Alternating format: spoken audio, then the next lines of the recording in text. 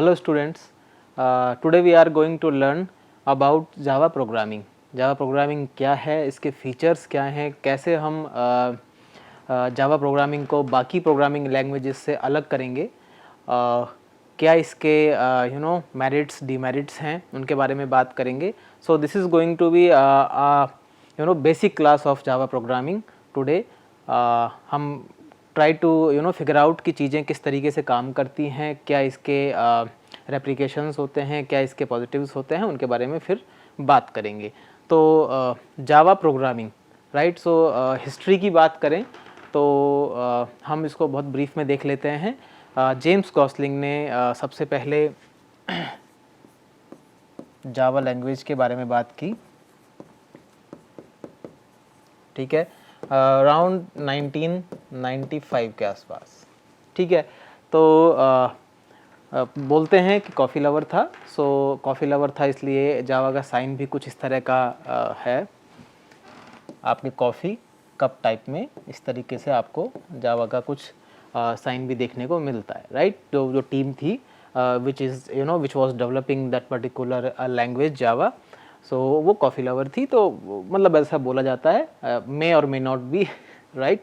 So this is about जावा.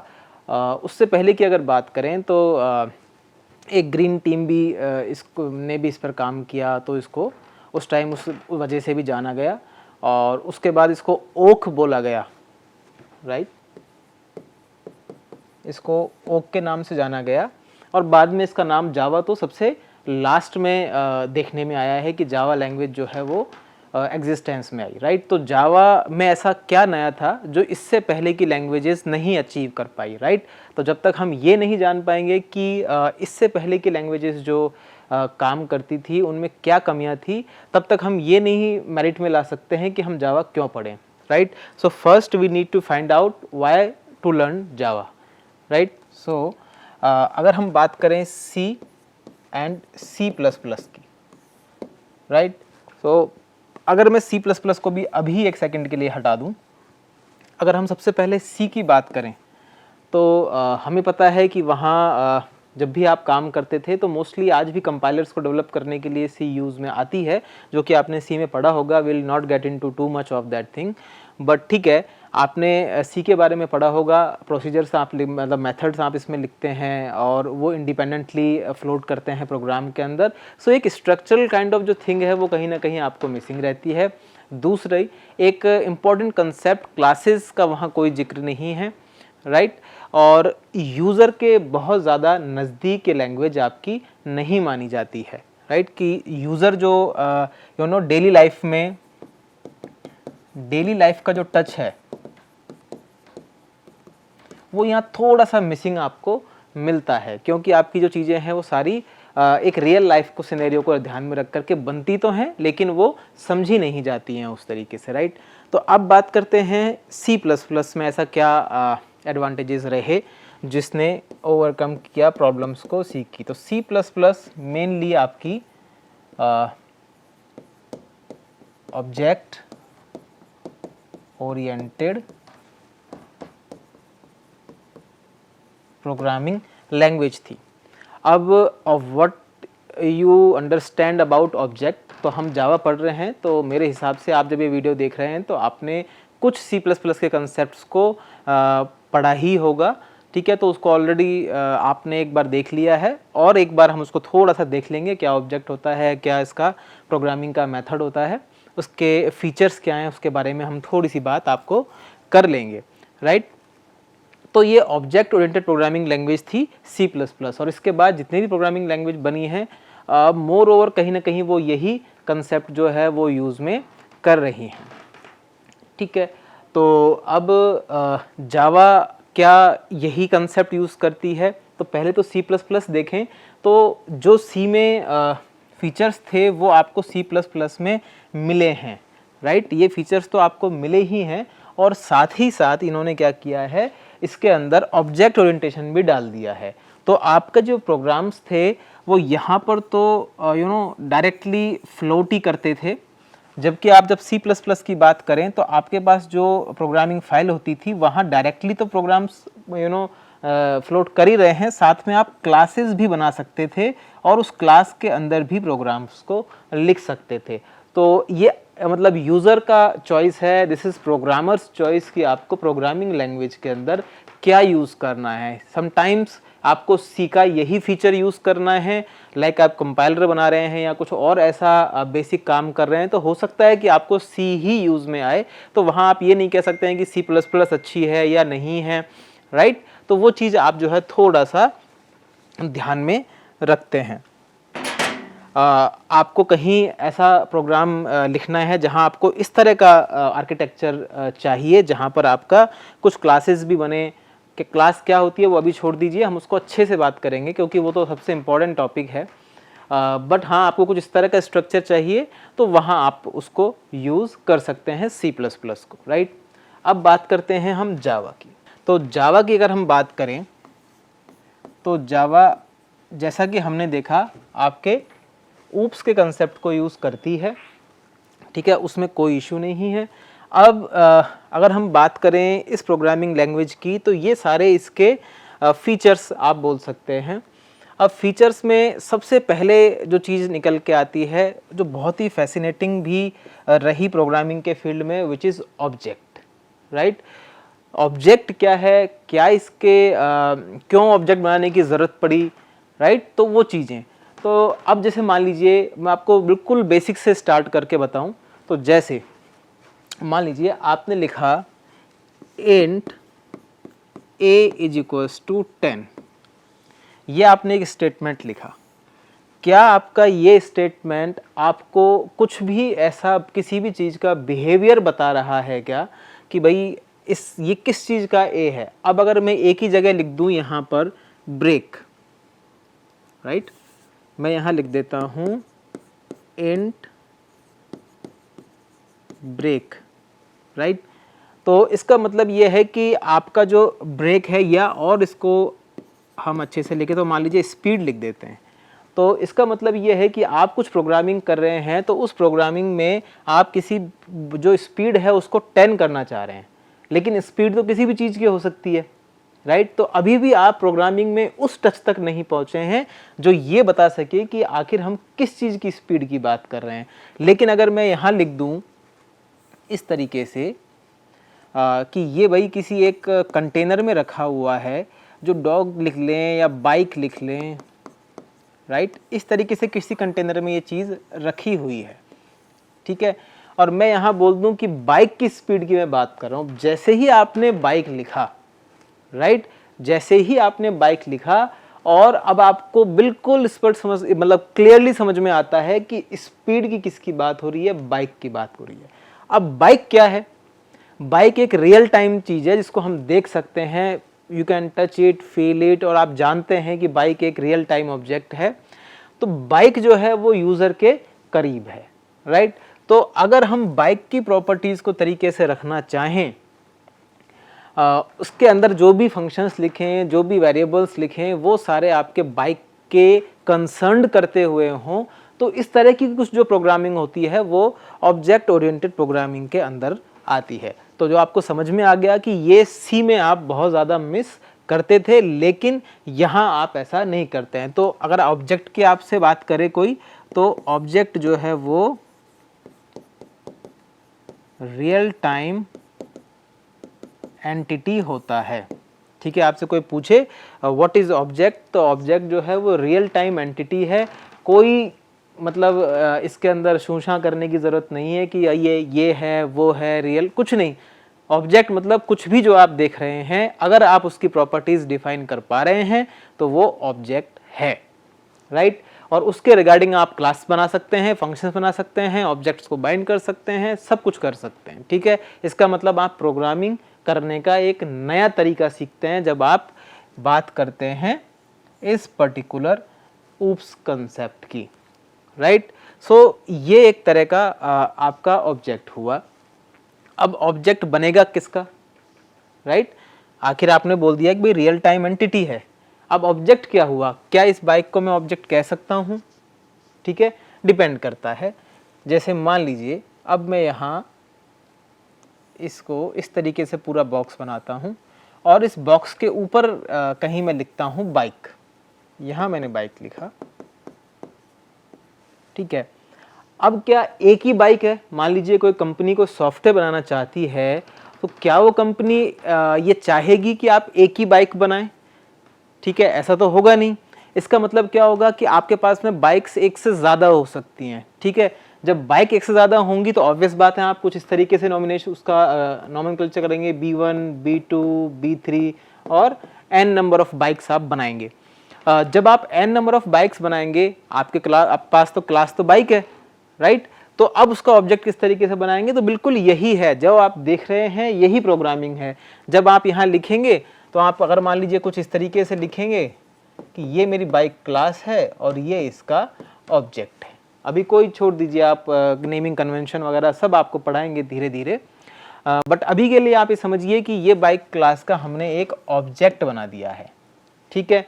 अब class क्या हो गई? तो अभी हम ऑब्जेक्ट से पढ़ना स्टार्ट किया था और क्लास पर पहुंच गए हैं, ठीक है।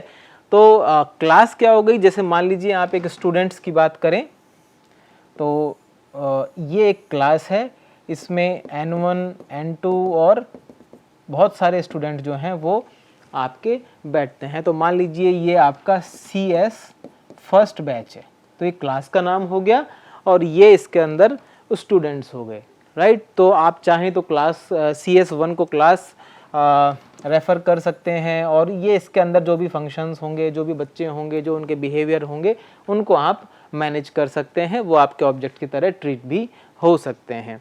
तो ये आपका क्लास और ऑब्जेक्ट हो गया।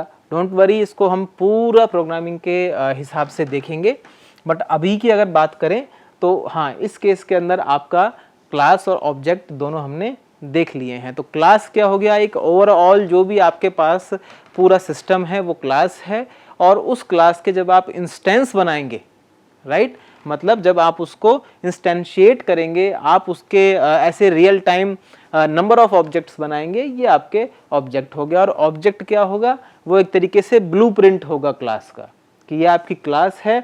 अगर मैं आपको एक ऑब्जेक्ट B1 बताऊं तो उस B1 को देख करके, आप उसके रिगार्डिंग फंक्शंस को देख करके आप ये बता सकते हैं कि इसकी क्लास का बिहेवियर किस टाइप का रहा होगा, राइट। तो यहाँ निकल के आता है आपके पास ऑब्जेक्ट और क्लास, और उसके बाद में आपके पास में एक बहुत अच्छा कंसेप्ट निकल के आता है विच इज़ एनकैप्सुलेशन। देखो ये हमने देख लिया, ये हमने थोड़ा अभी देख लिया, हम नहीं कह रहे हैं पूरा देख लिया। आज मैं आपको ओवरव्यू दूंगा सारी चीज़ का, फिर इनके प्रोग्राम्स देखेंगे, राइट। सो ये क्लास हो गई, ये ऑब्जेक्ट हो गया। अब एनकैप्सुलेशन आता है। अब आप जब देख रहे हैं कि सर ये क्लास है, इसके अंदर आपका मेथड्स लिखे हुए हैं, और ये जो मेथड्स हैं यहाँ पर आपके कुछ वेरिएबल्स भी होंगे, ठीक है। तो जब भी आप डेटा को बाइंड करते हैं तो एनकैप्सुलेशन होता है, ठीक है। तो मतलब एक तरीके से जब आप एनकैप्सुलेट कर रहे हैं या बाइंडिंग कर रहे हैं डेटा की। अब डेटा की बाइंडिंग करने का मतलब क्या हुआ? आपके पास में डेटा जो किसी क्लास के अंदर है या किसी सिस्टम में है, वो या तो आपका प्रोग्रामिंग की अगर बात करें तो या तो वो आपका वेरिएबल हो सकता है। क्या हो सकता है? या तो वो आपका होगा वेरिएबल या होगा मेथड, ठीक है। ऑब्जेक्ट होगा तो वो भी एक तरह का आपका, आप उसको उसी तरीके से ट्रीट कर सकते हैं। तो जब आप इन दोनों चीज़ों को बाइंड करेंगे, तो जैसे ही आपने इसको बाइंड किया, क्लास के साथ में ऑब्जेक्ट बनाया, बाइंड किया, तो ये आपका सिंपल टर्म्स में एनकैप्सुलेशन होता है। तो अगर आपके एग्जाम्स में भी कभी क्वेश्चन आता है तो आप एनकैप्सुलेशन की एक लाइन याद रख लीजिए, binding of data is encapsulation, ठीक है। तो जब भी आपको एग्जाम में आएगा तो याद करना ज़्यादा ज़रूरी है आपका। समझ तो रहे ही हैं आप, लेकिन आपको ये चीज़ें मेमोराइज्ड भी रहनी चाहिए। तो मेमोराइजेशन की बात करें तो आपका एनकैप्सुलेट करने का मतलब क्या हुआ? एक कैप्सूल के अंदर आपने कुछ चीज़ें डाल दी हैं। तो एनकैप्सुलेशन क्या हुआ? आपने डेटा को उठा करके एक पर्टिकुलर एंटिटी में बाइंड करके रख दिया है, which is your encapsulation, right. So I hope कि ये चीज़ आपको क्लियर हो गई होगी। अब अगर बात करते हैं एब्स्ट्रैक्शन की, कि एब्स्ट्रैक्शन क्या है, ठीक है। अभी के लिए इस कंसेप्ट को हम थोड़ा समझ लेते हैं, थोड़ा इसको छोड़ते हैं क्योंकि ये अभी कंसेप्ट जो है वो आगे प्रोग्रामिंग के थ्रू ज़्यादा अच्छे से समझ में आएगा। ये है हाइडिंग ऑफ डेटा। आप तो बस इतना सा स्पेसिफिकली याद रखिए कि एब्स्ट्रैक्शन क्या हुआ, हाइडिंग ऑफ डेटा। अब एक सिनेरियो ये है कि ऐसा क्या इशू है हमारे पास कि हमको डेटा हाइड करना पड़े, ठीक है। तो ये तो आप पे ही डिपेंड करता है, it totally depends on your programming habits कि व्हाट इज़ योर रिक्वायरमेंट्स।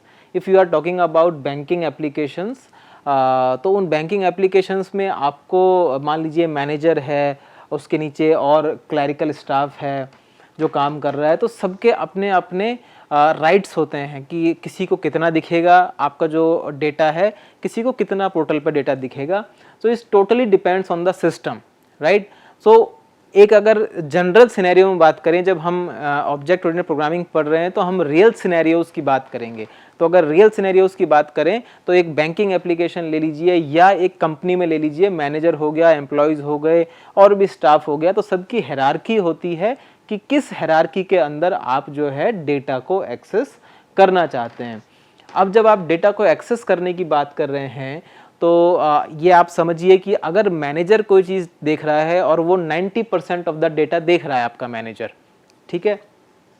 जैसे मान लीजिए आपका मैनेजर है, वो आपके जो एप्लीकेशन है वो मान लीजिए 100% ही देख रहा है, और नॉर्मल एक एम्प्लॉय है जो कि क्लर्क है, वो सिर्फ 50% ऑफ द डेटाबेस का एक्सेस उसके पास है।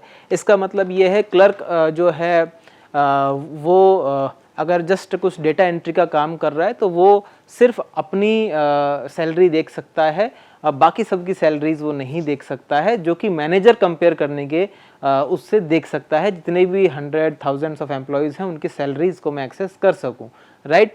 सो इस तरह का जब कंस्ट्रेंट आपको लगाना हो तो आपको कुछ डेटा हाइडिंग करनी पड़ती है। तो ये तो हो गया रियल सिनेरियो। जब प्रोग्रामिंग की बात करेंगे तो प्रोग्रामिंग करने में इस चीज़ को अचीव करने के लिए आपके पास में बहुत सारे तरीके हैं, जिसके अंदर आप जो है प्राइवेट, प्रोटेक्टेड, बहुत सारे मोड्स यूज़ करते हैं जो आपने मस्ट श्योर C++ में पढ़े होंगे, वही जावा में भी हम देखेंगे। तो वो सब यूज़ करके हम चाहें तो डेटा को प्राइवेट कर सकते हैं, डेटा को हाइड कर सकते हैं। सिर्फ नेसेसरी डेटा जो है वो आपका विजिबल होगा यूज़र को, और जो पीछे की कॉम्प्लेक्सिटी है उसको हम छुपा देंगे। ये आपका डेटा एब्स्ट्रैक्शन हुआ, राइट। अब इसके बाद आपका आता है पॉलीमॉर्फिज्म, ठीक है। अब पॉलीमॉर्फिज्म को आप कैसे याद करेंगे? देखिए एक बार मैं आपको दोबारा रिवाइज कर देता हूँ। सबसे पहले हमने पढ़ा क्लास, ऑब्जेक्ट, क्लास का हमने ऑब्जेक्ट बनाया, ऑब्जेक्ट के अंदर हमने सारी चीज़ों को बाइंड किया तो एनकैप्सुलेशन हुआ। देन हमने कुछ लेस इम्पॉर्टेंट चीज़ों को या ऐसी चीज़ें जो हम इंटेंशनली छुपाना चाहते हैं वो हमने हाइडिंग ऑफ डेटा करके एब्स्ट्रैक्शन से अचीव कर लिया है। उसके बाद में हम आए नेक्स्ट पॉलीमॉर्फिज्म पे, राइट, ठीक है। अब अगर हम पॉलीमॉर्फिज्म की बात करें, ठीक है, ये क्या है? ठीक है, तो इसमें अब दो वर्ड हैं, देखिए, एक तो है पॉली, एक है मॉर्फिज्म, राइट। सो पॉली का मतलब होता है मैनी, ठीक है। पॉली मतलब क्या होता है? मैनी। आपने देखा भी होगा पॉलीमरेज रिएक्शंस होती हैं, चेन रिएक्शंस होती हैं, तो ये याद रखने के लिए है आपको कि पॉली का मतलब क्या हुआ? मैनी। और अगर आप बाद के जो वर्ड है मॉर्फिज्म उसका याद रखें तो वो मतलब फॉर्म्स हो गया, ठीक है। तो इस वर्ड का जो मतलब है वो मैनी फॉर्म्स, ठीक है। अब ये मैनी फॉर्म्स क्या हुआ भाई, राइट। अगर हम मैनी फॉर्म्स की बात करें तो इसका मतलब ये हुआ कि अगर मैं कोई फंक्शन लिखता हूं रन, ठीक है, वॉइड रन, और यहां मैं कुछ आर्गुमेंट पास करता हूं a, b, इस तरीके से मान लीजिए आपने कोई एक फंक्शन लिख दिया है, तो ये रन जो है वो क्या काम करेगा? दो आर्ग्यूमेंट लेगा और कुछ भी आपका कंप्यूटेशन करके आपको दिखाएगा। अगर मैं इसको कुछ इस तरीके से लिख दूं,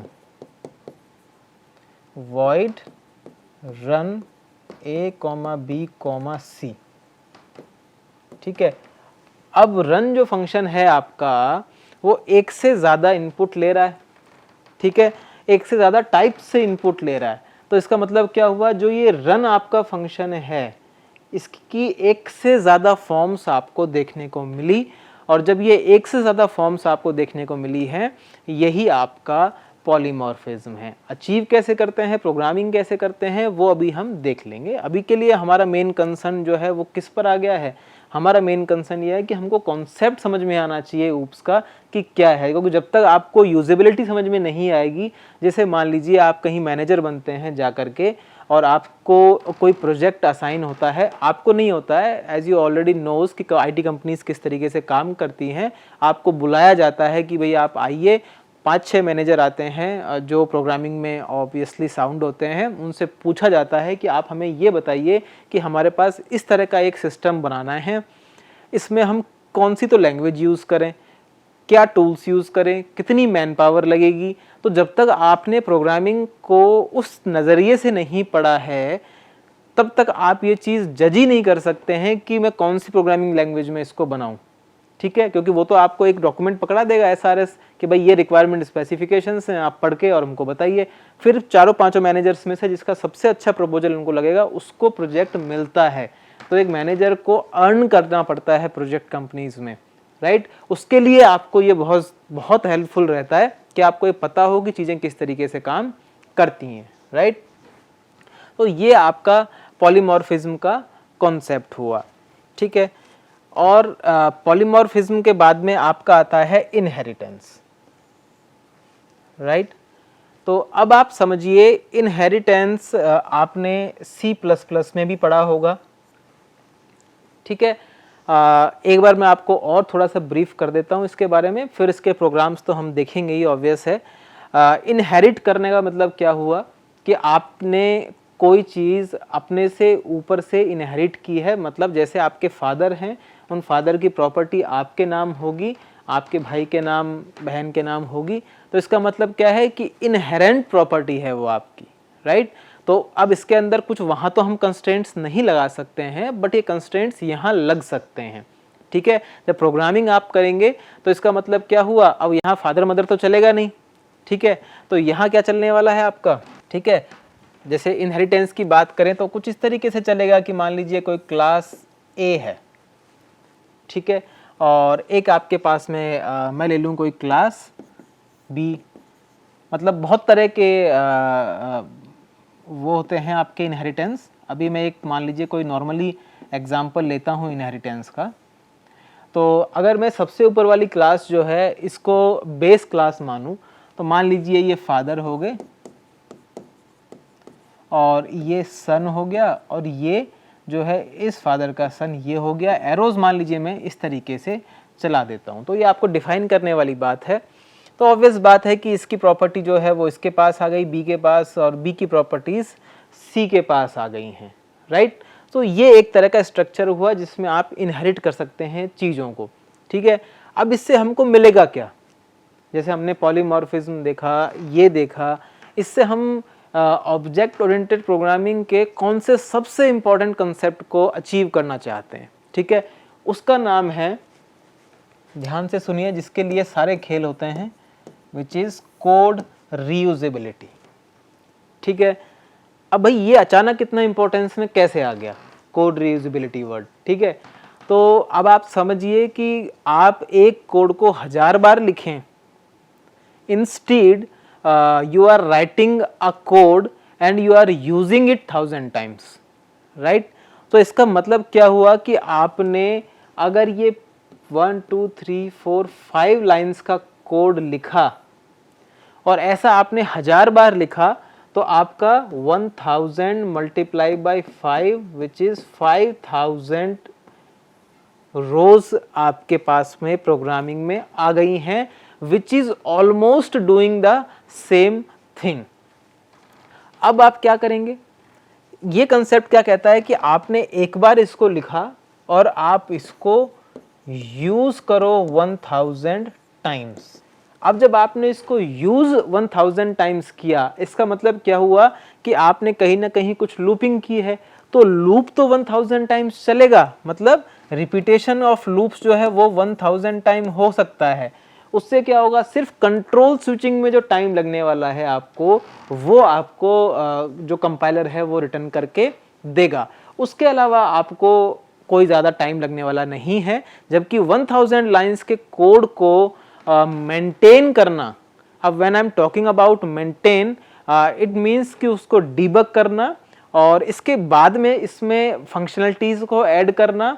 और अगर मान लीजिए आपका ये 5 लाइंस के कोड में फिर मुझे कोई इस एक लाइन के अंदर x वैल्यू चेंज करनी होगी, तो हमारा ये फंक्शन तो हमने 1000 बार लिखा हुआ है, तो यही चीज़ आपको 1000 बार चेंज करनी पड़ेगी, विच इज़ इससे ख़राब कुछ भी नहीं हो सकता है प्रोग्रामिंग के अंदर। ठीक है, तो ये आप समझने की कोशिश कीजिए। अगर हमने इसको 1000 टाइम्स यूज़ करना है तो आप क्या करेंगे, सिंपली इसको x करेंगे और आप 1000 क्या इसको 5000 टाइम्स चलाइए, कोई इशू आपको आने वाला नहीं है।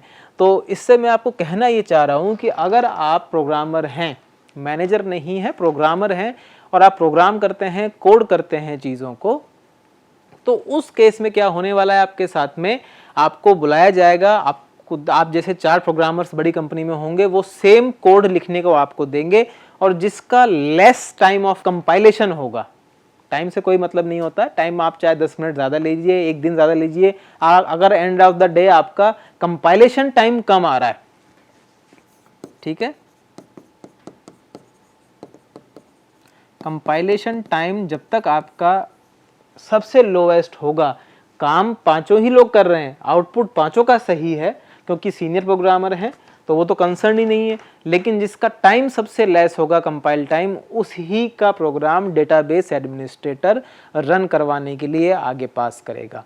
तो ये अप्रेजल्स वगैरह भी आप ही की प्रोग्रामिंग हैबिट्स पर डिपेंड करते हैं। अगर आपने अच्छी प्रोग्रामिंग हैबिट से चीज़ें नहीं पढ़ी हुई हैं तो वो आपको कहीं ना कहीं आगे भी डेंट देने वाली हैं, this is very much sure, right. So ये चीज़ हमने बेसिकली पूरा देख लिया है। तो अभी हमने क्या पढ़ा है वो एक बार देख लीजिए दोबारा। अभी देखिए शुरू के 4 to 5 लेक्चर्स जो हैं वो आपको मैं थोड़ी सी स्लो स्पीड से चलाऊंगा, ताकि जिन लोगों ने C++ के कंसेप्ट को बहुत ज़्यादा अच्छे तरीके से नहीं देखा है वो लोग थोड़ा सा इस चीज़ से कंफर्टेबल हो जाएं, उसके बाद हम इसको फिर थोरोली अच्छी स्पीड से पढ़ेंगे। तो ये चीज़ हमने अभी तक एक जो ये स्लाइड है उसके जो ये डायग्राम है इसको हमने अच्छे से समझ लिया है कि ये चीज़ें हमारे पास में हैं जो कि हमें आगे हर सेकंड हर मिनट पे मतलब कहीं ना कहीं ये कंसेप्ट आपको यूज़ होता हुआ दिख जाएगा। आपके एग्ज़ाम, आप किसी भी यूनिवर्सिटी में हो, किसी भी कंपनी में इंटरव्यू दें, आपको इस पर्टिकुलर टॉपिक से मतलब क्वेश्चंस होते ही होते हैं, ठीक है। और जिसके कंसेप्ट यहाँ हिले हुए होते हैं वो आपसे प्रोग्रामिंग करके नहीं दिखवाएगा, वो आपसे बोलेगा कि आप मुझे कुछ एक ऐसा सिनेरियो बताइए जिसमें एनकैप्सुलेशन और आपके पॉलीमॉर्फिज्म में फ़र्क हो या एनकैप्सुलेशन एब्स्ट्रैक्शन में फ़र्क हो, वो आपसे सिंपल चीज़ लिख के देगा और जहाँ आप चूके और वहीं आपका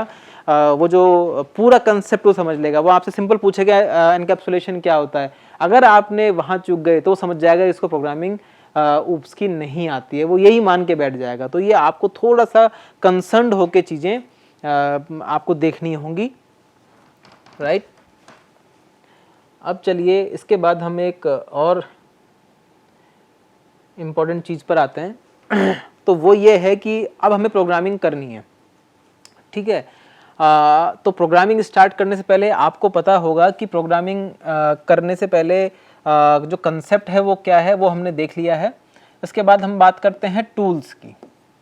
तो आज सब लोग घर जा कर के ज़रूर एक बार खोल के इन चीज़ों को देखें। आप सब ने लिनक्स भी पढ़ी होगी, शेल प्रोग्रामिंग पढ़ी होगी, ठीक है। अब देखिए टूल्स की जब हम बात करें तो 2 तरीके से काम हो सकते हैं, ठीक है। पहला टूल क्या आएगा हमारा, एक हम यूज़ कर सकते हैं नोटपैड प्लस आपका कमांड लाइन, जो आप CMD लिख के टाइप करते हैं, कमांड लाइन जो आपका कंसोल खुलता है, उस ब्लैक कंसोल से आप चीज़ें कर सकते हैं, ठीक है। तो यहाँ तो आप क्या करेंगे, कोड लिखेंगे, यहाँ आप लिखेंगे कोड, और ये जो पर्टिकुलर कमांड लाइन कंसोल है इससे आप करेंगे इसको कंपाइल एंड रन, ठीक है। तो ये आपका किस लिए यूज़ में आता है, इससे बेसिक जावा पढ़ने के लिए कुछ भी नहीं आता है, क्योंकि आप किसी भी सिस्टम को उठाएंगे तो उसके अंदर आपको मोर ओवर ये दो चीज़ें तो आपको हमेशा मिलेंगी ही मिलेंगी। तो यही हम कोशिश करेंगे कि पहले इससे पढ़ें, उसके बाद जो सेकंड जो चीज़ आती है वो आती है आपके आईडीज़। ठीक है, आईडी क्या हुआ? Integrated development environment. इसका मतलब क्या हुआ कि आपको ये नोटपैड, कमांड लाइन ये सब यूज़ करने की ज़रूरत नहीं है, आप इसको सीधा इंस्टॉल करेंगे। थोड़ा ये है कि आपको लैपटॉप अच्छा चाहिए उसके लिए हल्का सा, अदरवाइज आपका लैपटॉप थोड़ा स्लो हो सकता है। आईडीज़ बहुत सारे आते हैं, जैसे आपका नेटबीन्स, ठीक है, एक्लिप्स, इंटेलिजे आइडिया, ठीक है। तो बहुत सारे और भी तरह के आपके आईडीज़ आते हैं जिनको आप यूज़ कर सकते हैं। अब इसमें क्या है, इस तरीके से आपको एक पूरा आपका सॉफ्टवेयर मिल जाएगा। उसके अंदर यहाँ एक बार होगी, यहाँ पर सारे ऑप्शंस लिखे होंगे, कंपाइल, रन और हज़ारों तरह के ऑप्शंस। और लेफ्ट साइड में आपके पास में एक बार और होगी जहाँ पर आपको प्रोजेक्ट क्रिएट करना, क्लासेस क्रिएट करना सीधा आ जाएगा। लेकिन मैं ये मानता हूँ कि जब आप कोर ऑफ द प्रोग्रामिंग पढ़ते हैं तब आपको हमेशा बेसिक से स्टार्ट करना चाहिए। क्यों करना चाहिए उसको मैं आपको एक रीज़न देता हूँ। आईडी हम यूज़ करेंगे, बाद में करेंगे आईडी यूज़, मना नहीं कर रहे हैं, लेकिन ये अब आपने किया क्रिएट क्लास क्रिएट होकर के आपके जो है वो इस सॉफ्टवेयर पे आ गई। अब आपको ये भी नहीं पता है कि वो फिजिकली कहाँ एग्जिस्ट करती है, कहाँ आपका नेटबीन्स इंस्टॉल्ड है, कैसे वेरिएबल का पाथ सेट करते हैं, कैसे जावा इंस्टॉल करते हैं। तो मतलब आपका जो है वो पूरा कंसेप्ट यहाँ गड़बड़ा जाता है। ये कब यूज़ करना है? जब आपको ये अच्छे से आ जाए। अगर ये अच्छे से नहीं आएगा, पाइथन लैंग्वेज जो बाकी लैंग्वेजेस हैं उनकी मैं नहीं कहता हूँ, उनको आप चाहें तो सीधा आईडी से यूज़ कर सकते हैं जावा पढ़ने के बाद में, लेकिन एटलीस्ट क्योंकि आपने सी और सी प्लस प्लस को भी इस तरीके से नहीं पढ़ा है, आप लोगों ने क्या किया है उसको most of the turbo C plus plus और Dev C plus plus software पर आपने आई एम श्योर की चीज़ें पढ़ी होंगी। तो कुछ इस तरीके से प्रोग्रामिंग का तरीका है जो कि आपको समझना होगा। तो आज आप घर पे जाकर के सबसे पहले क्या करेंगे, सबसे पहले आप देखेंगे आपके सिस्टम में नोटपैड है क्या, ठीक है। उसके बाद आप बात करेंगे कि आपके जो नीचे टास्क बार होती है वहाँ पर जाकर के CMD लिख के टाइप करेंगे और आपका एक ब्लैक स्क्रीन खुलेगी कमांड लाइन, और उसके कुछ फंक्शंस को आप जाकर के देखेंगे ताकि हम जब नेक्स्ट क्लास आपकी होगी तो ये चीज़ें मैनेज कर पाएँ कि किस तरीके से काम इसमें होता है। तो ये आपका नोटपैड में हम कोड लिखेंगे और इसको CMD से और कमांड लाइन जो आपका एडिटर होता है उससे हम इसको कंपाइल और रन करने वाले हैं। तो ये चीज़ आपको अच्छे से समझनी है। तो आपको ये दो चीज़ें निकल के आनी है। अब एक और एक बहस है जो कि है अबाउट डेटा इंडिपेंडेंसी कह लें या उसको प्लेटफॉर्म इंडिपेंडेंसी कहना ज़्यादा ठीक होगा। ये क्या चीज़ है, ठीक है, ठीक है। तो अब हम अगर प्लेटफॉर्म इंडिपेंडेंसी की बात करेंगे तो ये क्या सी में था, क्या सी प्लस प्लस में था? तो अगर हम बात करें सी नहीं, सी प्लस प्लस नहीं, जावा बिल्कुल है, ठीक है। अब इसका मतलब आप समझ सकते हैं, और ये कॉन्सेप्ट जो है वो इंटरव्यूज़ में कंपनीज के पूछे जाने वाला सबसे फेवरेट क्वेश्चन है कि why Java is platform independent. ऐसा क्या मैकेनिज्म में चेंज है, ऐसा क्या अलग हो गया कि हम इसको प्लेटफॉर्म इंडिपेंडेंट कह रहे हैं। इसका मतलब ये किसी भी सिस्टम पर चल जाएगी, चाहे वो लिनक्स हो, ओएस का हो, आपका ओएस मतलब विंडोज़ का हो, या आपका सोलरिस हो, मैक हो, किसी पे भी चल जाएगी। मतलब ऐसा भी हम क्या स्ट्रक्चरल चेंज करने वाले हैं इसमें जो कि सी और सी प्लस प्लस में नहीं था, ठीक है। तो ये देखने के लिए आपको समझना होगा सबसे पहले, जैसे कि हमने बताया कंपाइलर हमको चाहिए, ठीक है। जब भी आप जावा पढ़ेंगे तो एक तो आपको चाहिए होगा ओएस, ठीक है, जब भी आप इसका प्रोग्राम रन करेंगे, जब हम प्लेटफॉर्म इंडिपेंडेंसी की बात कर रहे हैं तो प्लेटफॉर्म का मतलब क्या हो गया, ऑपरेटिंग सिस्टम एक तरीके से। तो हमको हमारा जावा का प्रोग्राम रन करने के लिए एक तो ऑपरेटिंग सिस्टम चाहिए और एक कंपाइलर चाहिए, ये तो बात हुई। अब ये दो चीज़ें हमें चाहिए। अब ओएस पर हमारा कुछ भी सॉफ्टवेयर इंस्टॉल्ड हो सकता है, चाहे वो नोटपैड हो या कुछ भी हो, और कंपाइलर चाहिए जो कंपाइल करके चीज़ों को देगा।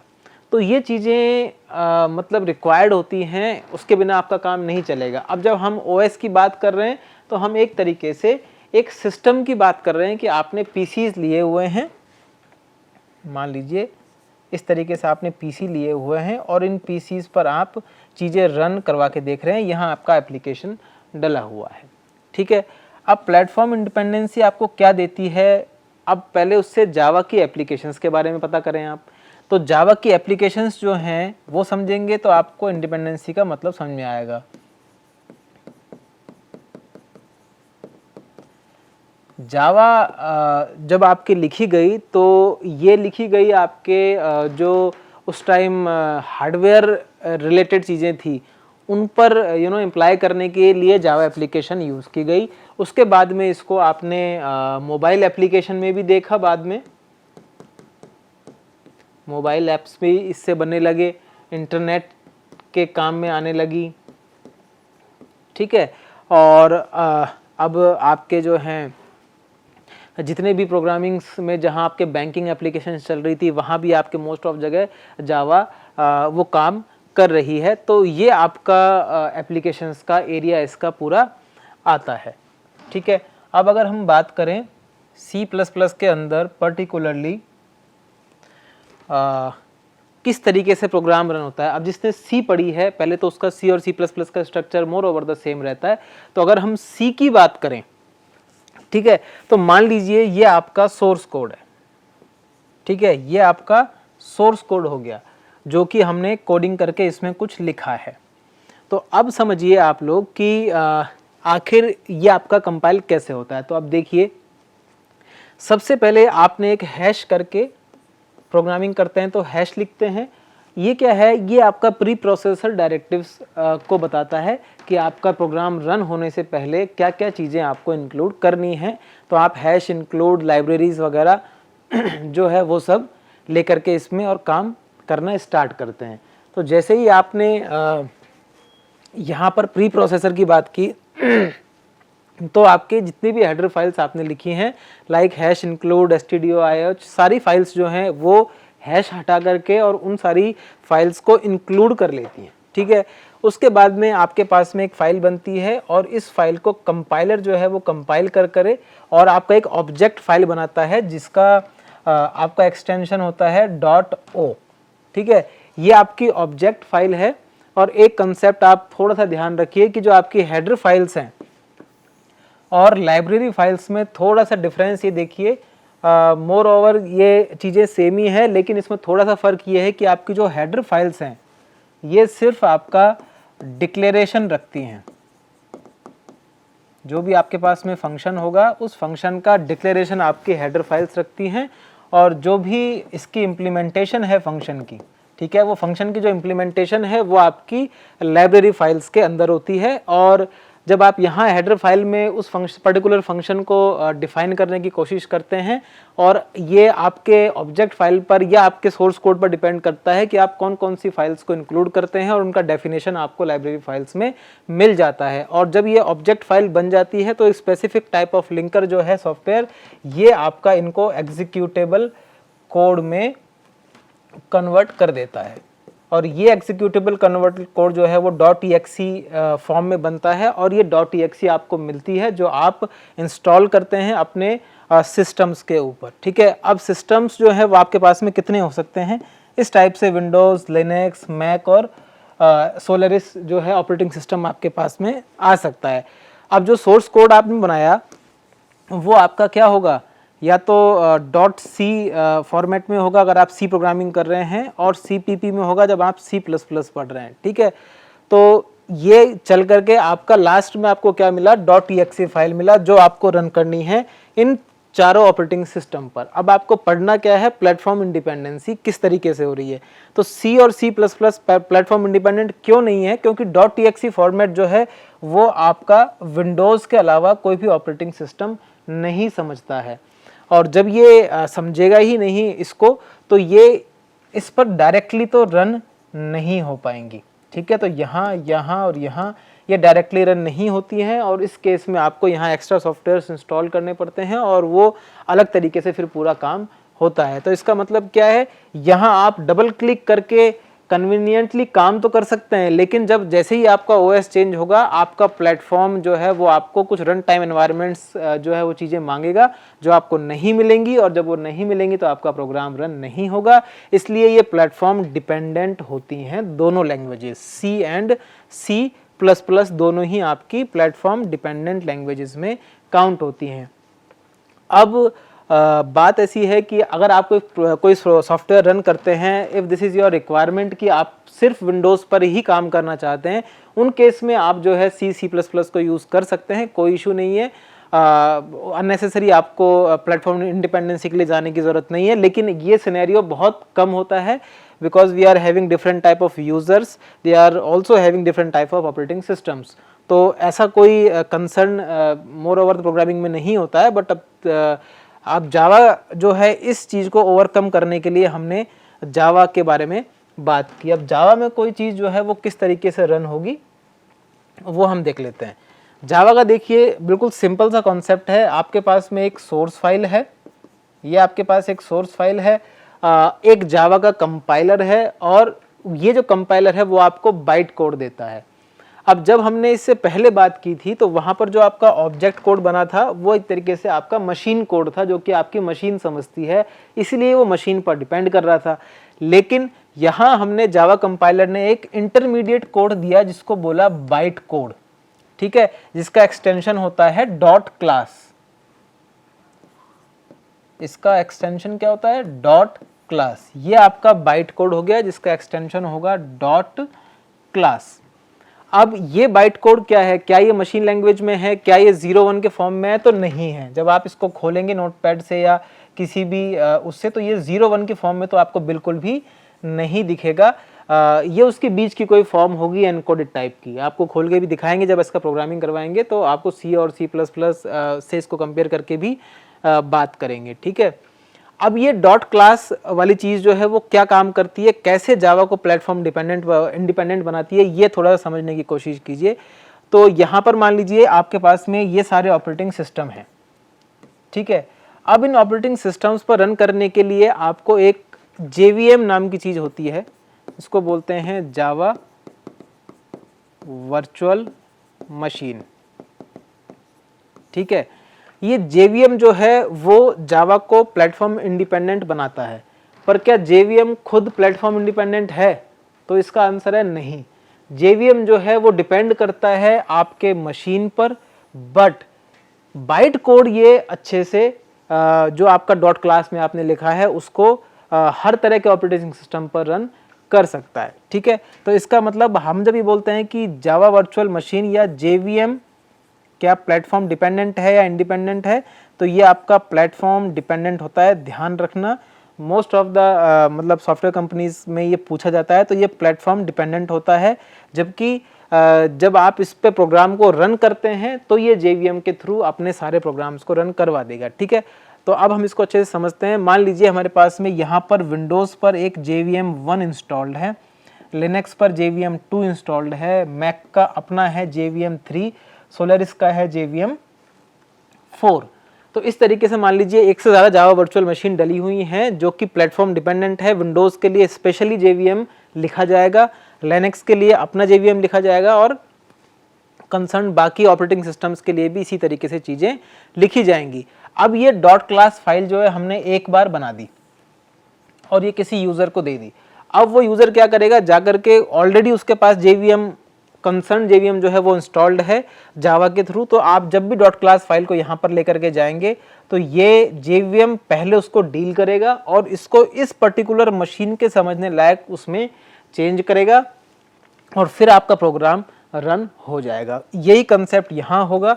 तो इसका मतलब क्या हुआ, अगर हम बात करें जावा प्लेटफॉर्म इंडिपेंडेंट लैंग्वेज कैसे हुई, तो ये बाइट कोड की वजह से हुई, और ये बाइट कोड जो है वो अलग अलग जेवीएम्स पर काम करता है और आपका कंपाइल्ड होता है। ठीक है, तो एक क्वेश्चन ये अराइज होता है कि अगर सर हमने सोर्स फाइल के अंदर प्रोग्रामिंग कर दी है, ठीक है, इसको कंपाइल करते ही आपकी डॉट क्लास फाइल बन गई, मतलब बाइट कोड बन गया जो आपने यूजर को दे दिया, यूजर ने जाकर के बाकी ऑपरेटिंग सिस्टम्स पे रन कर दिया है। लेकिन अगर हम बात करें कि अगर मैंने पीछे से इसमें चेंज कर दिया तो क्या ये यहाँ रिफ्लेक्ट करेगा? बिल्कुल नहीं करेगा। इसके लिए आपको क्या करना पड़ेगा, पहले इसको दोबारा कंपाइल करना पड़ेगा, इसकी कंसर्न सेम नेम की फाइल के अंदर वो चेंजेस रिफ्लेक्ट होंगे। अब आप दोबारा सारे यूजर्स को वो डॉट क्लास फाइल देंगे, तभी वो सारे सिस्टम्स पर सेम आउटपुट देगी। अदरवाइज हो सकता है सेम क्लास फाइल इसके अंदर तो एक्स आउटपुट दे रही हो, इसके अंदर वाई दे रही हो। ठीक है, ये पॉसिबल है। तो ये नहीं कह सकते हैं हम प्रोग्राम क्लास फाइल को ऊपर से देख करके कि ये अपडेटेड है कि नहीं है, इसलिए जो क्लास फाइल्स हैं वो इस तरीके से मैनेज होती हैं। यहाँ कोई .exe फाइल नहीं बनती है। ठीक है, कोई .exe फाइल का कंसेप्ट नहीं होता है, डॉट क्लास फाइल का कंसेप्ट होता है। तो आई थिंक ये जावा क्यों प्लेटफॉर्म इंडिपेंडेंट लैंग्वेज है, क्यों इसकी नीड है, इस पर हमने काफ़ी बात कर ली है। ये हमने पहले पढ़ा एनकैप्सुलेशन के बारे में, जावा के बारे में। ठीक है, कीवर्ड्स के बारे में आप देखिए, मोस्ट ऑफ द कीवर्ड्स वही हैं जो आप सी और C++ लैंग्वेज में पढ़ते हैं। कुछ कीवर्ड्स अलग हैं, जैसे एब्स्ट्रैक्ट, ये कीवर्ड नया है इसके अंदर, जो कि जावा में है और आपको वहाँ नहीं मिलता है। बाकी तो आपने देख ही लिए हैं, ये बूलियन, बाइट, केस, ये सारे आपको ऑलरेडी सी और C++ में आपने पढ़े ही हुए हैं। जैसे पैकेज, पैकेज का कंसेप्ट भी जो है वो जावा में है, बाकी सी और C++ में पैकेज नहीं होता है। ठीक है, तो इस तरीके से इसमें और मोस्ट ओवर तो जो चीज़ें हैं वो मोर ओवर सेम ही हैं, बट ठीक है, एक इंस्टेंस ऑफ, ठीक है, ये हो गया। तो ये सारी चीज़ें आपको ध्यान रखनी है। बाकी इसके रेंज जो हैं बाइट की और इन सब की रेंजेस भी आपको दिखा देते हैं, बाकी सेम ही है जैसे आपने सी और C++ में पढ़ी हैं। जैसे मान लीजिए ये, ठीक है, बूलियन, कैरेक्टर, बाइट, ये 16 बिट का है। इसके साथ में आप डबल देख सकते हैं, जो कि इससे साइज़ में आपका फ्लोट के और इसमें डबल का फ़र्क है, इसीलिए आपका डबल है। एक थोड़ा सा ध्यान ये रखना है कि अगर जब आप लिखते हैं फ्लोट a = 3.5, तो जावा के केस में जावा इस 3.5 को फ्लोट नहीं मानती है। ठीक है, जावा इसको क्या मानती है, डबल मानती है। और क्योंकि जावा इसको डबल मानती है, ये डाउन कास्टिंग कर रहे हो आप, ज़्यादा बड़े डेटा को छोटे डेटा में डाल रहे हो, मतलब 64 जो बिट्स का डेटा है उसको 32 बिट्स में डाल रहे हो, तो ये अलाउड नहीं है डाउन कास्टिंग। तो ये ध्यान रखना है, इसमें आपको एरर थ्रो होगी। अगर आपको ये इस तरीके से करना है तो आपको यहाँ पर 3.5 के सामने फिर इस तरीके से f जो है वो दिखाना पड़ेगा। अब आपकी एरर जो है वो ठीक हो जाएगी। और ये जो कंपाइलर उसको आपने एक्सप्लिसिटली बता दिया है कि ये आपका जो है फ्लोट टाइप बन गया है। तो ये आपका अगर बाइट्स में देखें तो ये आपका 4 बाइट्स का हो गया। ठीक है, अगर बाइट्स की बात करें तो ये आपका 4 बाइट्स हुआ, और ये आपका 8 बाइट्स का हुआ। ठीक है, इस तरीके से। तो बाकी लॉन्ग, इंट, शॉर्ट, ये सब हमने ऑलरेडी सी में देखे हुए हैं। रेंज हैं, अगर आपको ज़्यादा बड़ा जो है वो डेटा स्टोर करना है तो आप ज़्यादा बड़ा डेटा टाइप लेंगे। अब इसमें एक वर्ड लिखा हुआ है, आप ध्यान से देखें, विच इज़ प्रिमिटिव टाइप्स। ठीक है, तो जितने भी ये लिखे हुए हैं ये आपके प्रिमिटिव हैं, मतलब जो पहले से चले आ रहे हैं, जो ऑलरेडी आपको सी या C++ या किसी भी प्रोग्रामिंग लैंग्वेज ने बना करके दिए हुए हैं। एक आपका आता है डिराइव्ड, ये जो आपके डेटा टाइप्स होते हैं ये आप खुद बनाते हैं, इनके नाम आप खुद लिखते हैं, जैसे आपके क्लास हो गया, ऑब्जेक्ट हो गए, ये सारे आपके डिराइव्ड होते हैं। ठीक है, ये हम बनाना सीखेंगे नेक्स्ट लेक्चर में।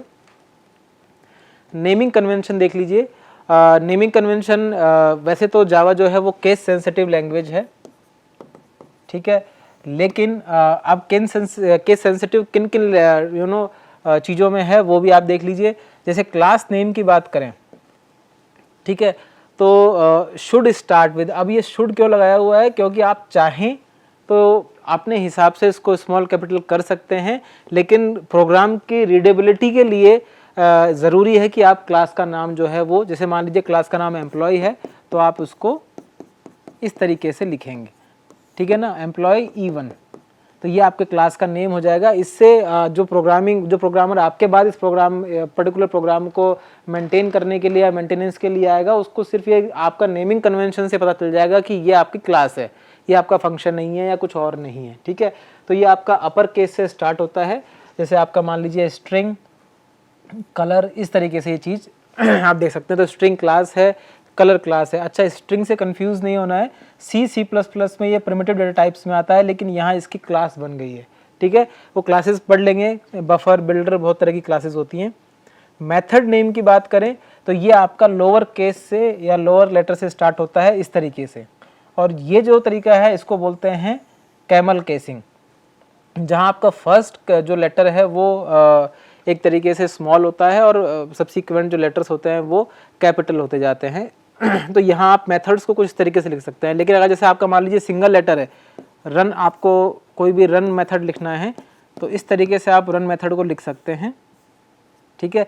तो जब आपके पास में सिर्फ सिंगल लेटर है तब तो, या सिंगल वर्ड है, तो आप क्या लिखेंगे, स्मॉल से लिखेंगे। लेकिन अगर कुछ और लिखना है, रन, और उसके बाद में आपको और भी आगे लिखना है प्रकाश, तो फिर आप पी को कैपिटल लिखेंगे, ठीक है। इस तरीके से लिखेंगे। हालांकि अगर आप दोनों छोटे लिख दें या दोनों बड़े भी लिख देंगे तो कोई एरर आपका जो है कंपाइलर वो थ्रो नहीं करेगा, ये आप थोड़ा सा ध्यान रखना, ठीक है।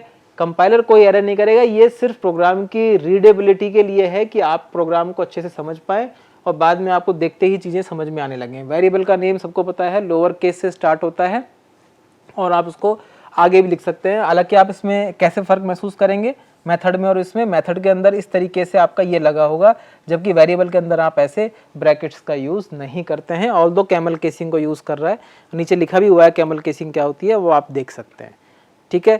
आप दोनों भी कैपिटल लिखते हैं तो ये भी कैमल केसिंग का ही एग्जाम्पल होता है। फर्स्ट लेटर यहाँ कैपिटल, यहाँ कैपिटल, ये भी कैमल केसिंग में ही आपके काम में आता है। बाकी हम नेक्स्ट लेक्चर में पढ़ेंगे। आज हमने काफ़ी इंपॉर्टेंट चीज़ें जो हैं वो डिस्कस की हैं। ये वाला पेज तो ये आप घर जा कर के देखिए सब लोग, और आज के लिए बस इतना ही। Thank you very much.